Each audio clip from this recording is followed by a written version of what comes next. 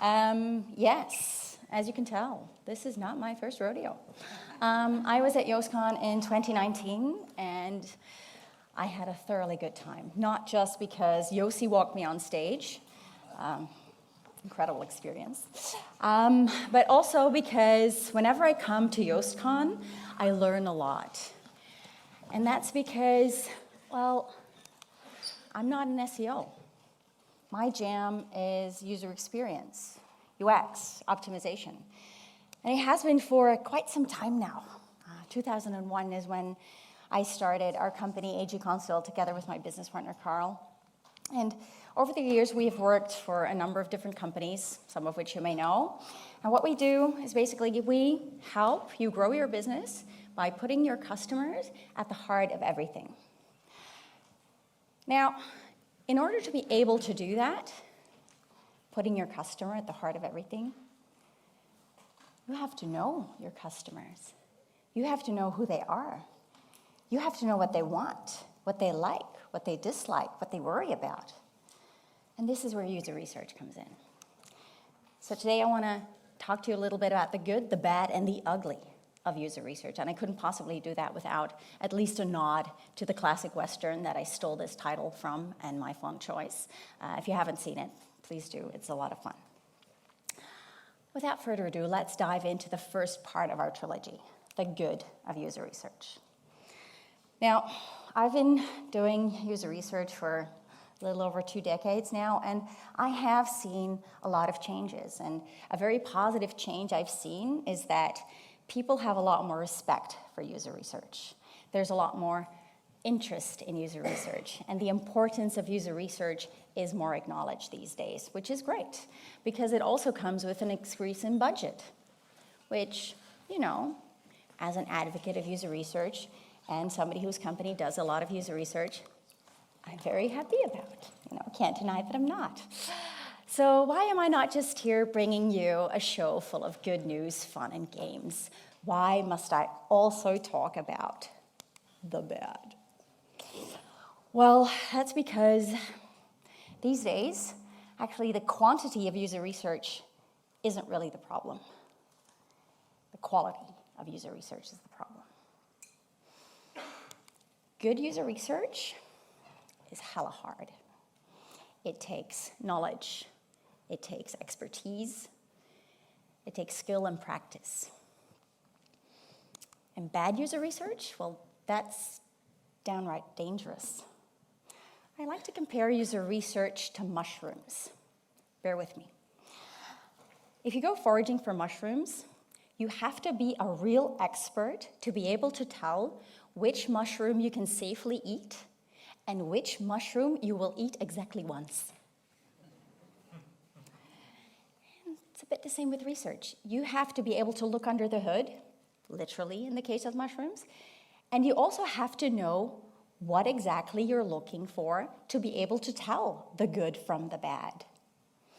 And while bad research can't literally kill you like a bad mushroom can, it can be very bad for your business, because bad research leads to inaccurate data. It leads you to gather false information.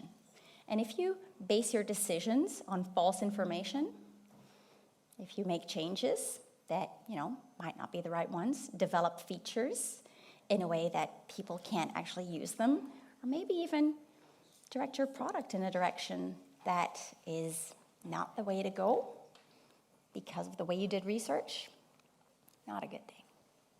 So, how to do research right? I'll talk you through 9 fundamentals during the course of our time together here. There's, of course, loads more. Come and talk to me during the break or at the party tonight. I like to talk about this shit all the time, literally. First thing to get right is basically make user research part of your daily practice. So set up a research pipeline, set up a research roadmap. And first of all, focus on the big research questions. What are your business's KPIs? What are your strategic things? Doing research on those main things is the most important thing you'll do. Like if you sell SaaS or other software, You might have a free trial or a freemium version. Then it's important to see, getting that first download. That's always important. What's holding people back from doing that? Next step, what's holding back from people to upgrading to your paid version, your premium version? Another important thing to research. Retention, always important. You might have seasonality in your business. Maybe there are certain campaigns that you do. Most businesses do the same campaigns every year, right? You know whether Black Friday is important for you, or whether Christmas or Mother's Day are important times for you. And you need to plan your research around this. You know the seasonality of your business, and give yourself ample time. If Christmas is important for you, the time to start thinking about your testing, your research around Christmas is not November. That's way too late. Plan months in advance. Setting up decent experiments, setting up decent research takes time. Another thing to do to get research right is to set clear research goals. Now, I love doing research, but I never do research just for the sake of it. You do research to get smarter. So, for every research question, you should write down 2 things.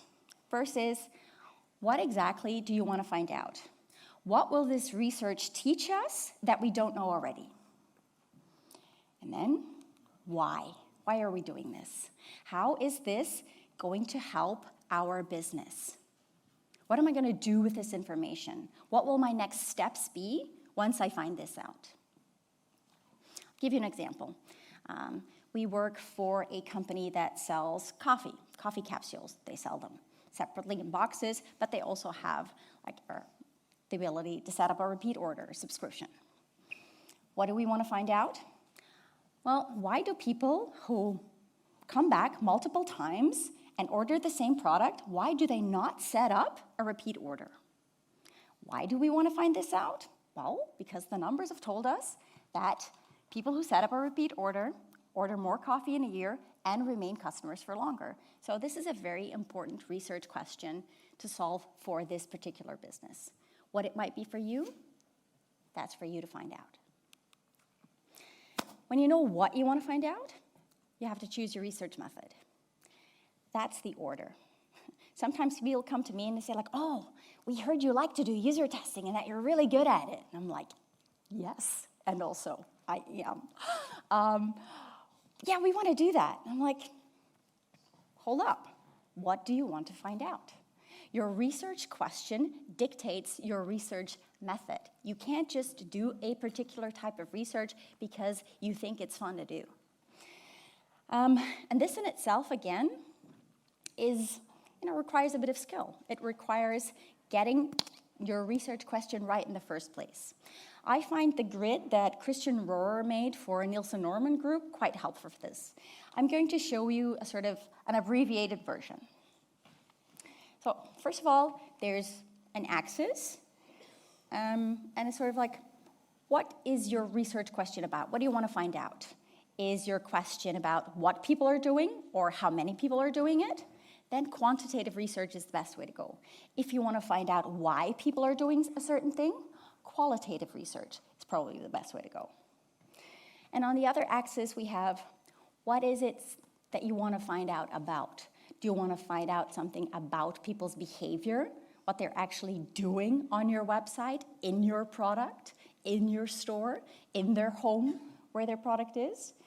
Or are you interested in people's feelings, their emotions? For example, if you want to find out what step of the funnel most people drop off at, you're probably going to look at analytics, right? If you want to know what product of the 3 on your campaign landing page gets clicked the most, I'd have a quick look at a heat map. That'll give me my first answer.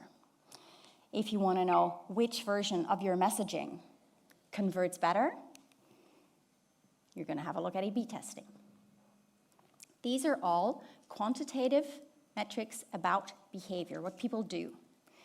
If you want to find out what words do people associate my brand with, and who do they think my competitors are, that's something you can use a survey for.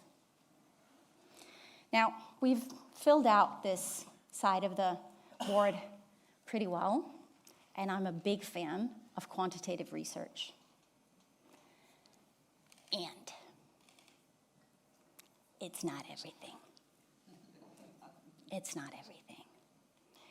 It solves your what question and your how many, and this is extremely important, but it falls short of the why. And we need the why to create better hypotheses for how to fix research issues. So if you want to find something out about why people do something, for example, why are people dropping off in step 2 of the funnel so much, user testing is a great way to go. If you want to dig deeper into people's motivation, like why are they buying your product? Why are they thinking of you as a solution? What might they be using next? What is happening in their life right now that they're looking towards you? Interviews are a great way to go. Now, these are sort of like extremes of the spectrum of qualitative, quantitative. Some research methods fall, more in between, and this is a very incomplete map, let me tell you. But I do want to say something extra about surveys, because surveys in the map, if you go to Nielsen Norman and you see their page, surveys are very firmly quantitative research about attitudes, think, saying. And I'm like, yeah, the way people used to do surveys, I completely agree with that. But the way we can do surveys now opens up a world of possibilities. I mean, you can target surveys almost surgically, like at an exact point when people are doing something. And the way you phrase your questions and the exact question that you ask can lead surveys to become tools that, are more on the qualitative side and can capture actually also what people do, especially if you link your survey answers with analytics the way that we do. It just opens up a world of insight. Now, as I said, you have to pick your right research method. But the thing is, research sometimes gets messy. And it's not like, oh yes, we did the research and the results are X, Y, Z, and it's super clear. Not always. It's very often a good idea to combine multiple methods, and it's always a great idea to combine quant with qual. Now, of course, getting the research method right is, again, only one thing. You have to do the actual research right. And it starts with asking the right people. If you're going to survey people, if you're going to do interviews, if you're going to do user testing, you have to do it with the right people. Don't do it with people, who work in your company. Yeah, let's do some user testing with some colleagues. Excuse me? No. It can be very valuable to speak with sales. It can be extremely valuable to speak with customer support to see what their problems are. But when you're going to do user testing, for example, don't do it with your colleagues. Also, don't do it with your friends or family. Chances are they like you, and they won't be brutally honest with you, which is actually what you want. If you do interviews, if you do user testing, oops. I'm fixing your mic.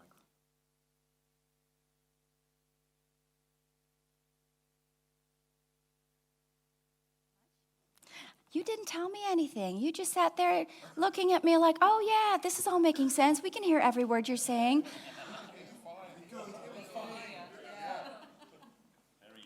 I forgive you. I forgive you. So as I was saying, which, you heard, don't do user testing with people who aren't representative of your real users. If we do user testing for the Yoast WordPress plugin, it would make no sense getting people in who don't own a WordPress website, because they're not our target audience. Of course, you have to also ask the right questions. In user testing, you have to set the right tasks. That's a different story altogether. Interviews, surveys, asking the right questions, extremely important. So much harder than it sounds. Because you can't ask leading questions. A leading question is a question that in itself holds the desired answer. So you can't ask people, how fast would you say our customer service response time is? Because you've said the word fast. That's basically telling people, it's fast. I just need you to tell me how fast it is. No, you should say, how fast or slow would you say our customer response rate is? Or how would you rate our customer response time? That's a neutral question. You can't ask loaded questions.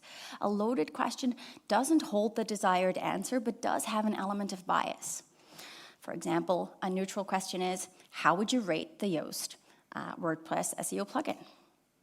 A loaded question is, how would you rate the Yoast SEO plugin? The world's best-selling SEO plugin that runs over on 1 million websites. Not neutral anymore, right? Also, please, please, please, and this is something extremely tempting to do, but don't. Fortune tellers don't tell you the truth. And if you ask people to tell you about the future, they also will not tell you the truth. People cannot predict their own future behavior. So asking people things like, if we added feature X, would you use our app more regularly? I call that asking to be lied to. So you can't ask about the future, and you should also be a little worried about asking questions about the too distant past, because human memory is extremely fallible. We are very, very bad at remembering things. Some of us worse than others, but most people's memory doesn't stretch back very far. Which brings me back to a story of my own past. Does anybody in here know who this is? Tony Hawk, yes, Hawk. For those of you who don't know, Tony Hawk is a skateboarding legend of old, yes, of old. And see, I went to see a show that Tony did last summer in Antwerp. Let me tell you, Tony's a better skater than he is a talker, but never mind that. And I had a lovely time. Not because I'm such a great skater, but because my godson is. And after the event, actually sometime after the event, more than a month after the event actually, I got sent an email by the venue to ask about my evening. And because I had such a fun time, I really liked it, I thought, I'll open this email. I'll see what they have to ask me. Maybe I can give them some interesting input. Clicked on the link to the survey, and this is the first question they asked me. For those of you who don't speak Dutch, I've got this translated. They asked me about my booking experience. How satisfied were you about the online booking process from A to Z in general? And then the ease of use, the speed and the clarity, very particular.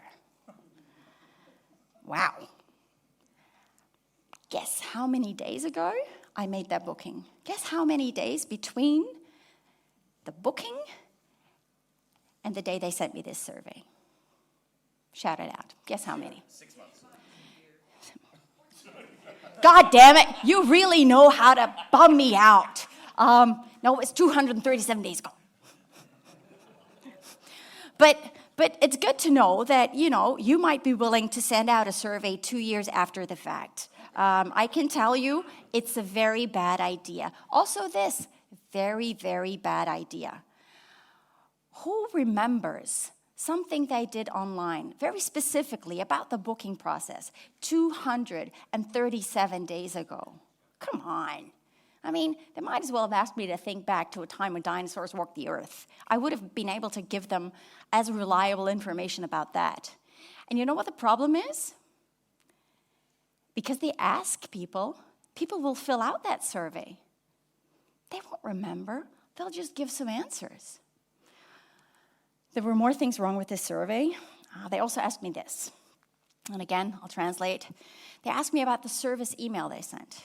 Did you find the service email useful, they asked. And I had 4 answering options. Yes, I found it really useful. No, it wasn't very useful. I didn't read it. I didn't get the email. My answer is actually not up there. My answer was not an option. What was my answer? I don't, your answer would be, I don't care, Jono, thank you. Mine was, I don't remember. I don't remember.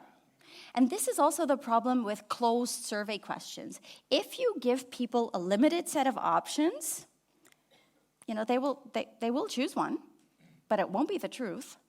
So if you have a closed survey question, always leave the door open. Leave room. Always add something else and an open type-in field. Oh, else. But that will make reporting on this survey so messy. I won't just have to push a button and a pie chart will appear. Don't do pie charts. No, I know. But it will make it so valuable, so valuable. Even with yes or no questions. Don't just have yes or no. Also add, I'm not sure. I prefer I'm not sure to I don't know because there are a lot of people, men, who don't like to know, who don't like to say that they don't know stuff.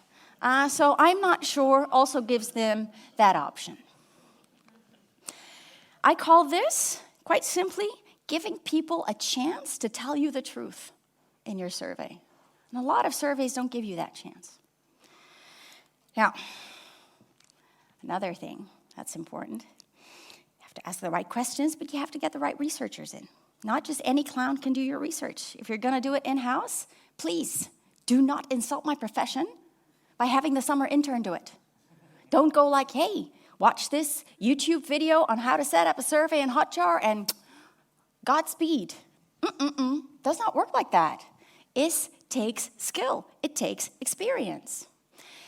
If you're outsourcing your research, have a think about culture fit. If you want to launch a product on the Chinese market, don't come to me. I know nothing about the Chinese market. I am not the best person to do this for you.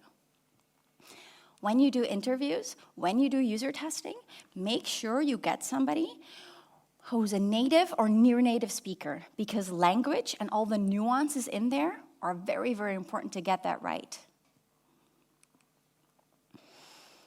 Something that researcher has to do is put their biases aside. Oh, very hard.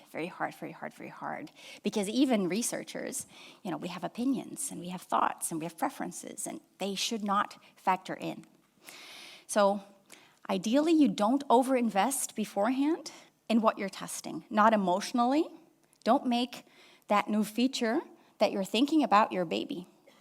Because when the research comes in and it says your baby is ugly, you are not going to want to hear that.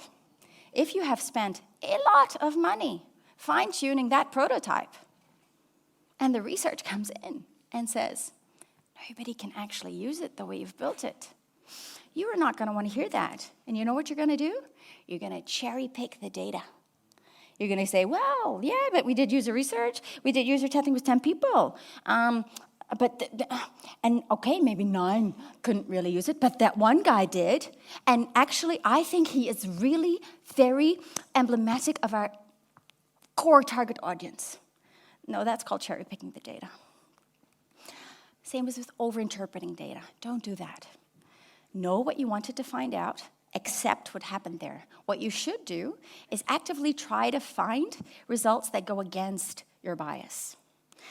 And while that's very hard, maybe it's easier to just have someone else do that for you. Get somebody to analyze the data who does not share your bias. And of course, if you do research, you have to report on it. If you don't, it gets lost. You have to report it. You have to document it. You have to keep it. And while no reporting is terrible, over-reporting, creating huge reports, is possibly worse. Because nobody's going to read that. It's going to, take a lot of time, takes a lot of effort, a lot of money. Create a short report. What did we do? What are the most important findings? What are our next steps? Last thing, bad thing about user research is that you shouldn't rely on old data. You're not going to look at analytics from 2 years ago to make your decisions, so please don't look at survey data from 2 years ago, right? After all this bad else, you're going to still come at us with ugly? Really? Yeah, because there's something worse than bad research, because bad research we can fix. Ugly? is about attitude. I have clients that basically forbid me from speaking to their users.